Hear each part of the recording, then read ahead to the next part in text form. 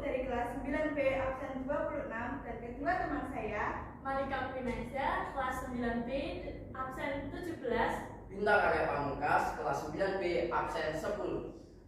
Jadi pada podcast kali ini kita akan membahas pentingnya suara demokrasi dalam pemilihan ketua OSIS di sekolah kita. Nah, menurut Bintang, apa sih pengertian demokrasi itu? Jadi, menurut saya, demokrasi adalah sistem pemerintahan di mana keputusan politik dibuat oleh warga negara atau rakyat yang dipilih oleh warga negara. Ini adalah bentuk pemerintahan yang memungkinkan partisipasi aktif dari rakyat dalam pengambilan keputusan yang memengaruhi mereka. Sedangkan dalam bahasa Yunani terdapat dua kata, yaitu demos yang artinya rakyat dan kratos yang artinya kekuasaan. Jadi demokrasi bisa diartikan kekuasaan berada di tangan rakyat. Nah, sekarang kita bakalan bahas nih bagaimana pentingnya suara demokrasi di sekolah. Gimana, Malika?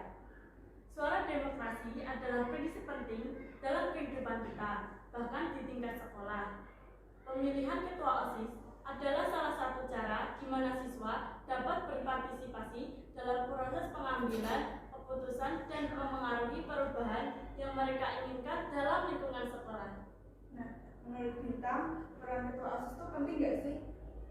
Tentu penting, ketua OSIS memainkan peran yang signifikan dalam memajukan kepentingan siswa. Mereka memiliki tanggung jawab untuk mewakili suara seluruh siswa, memperjuangkan perubahan yang diperlukan, dan merencanakan berbagai kegiatan di sekolah.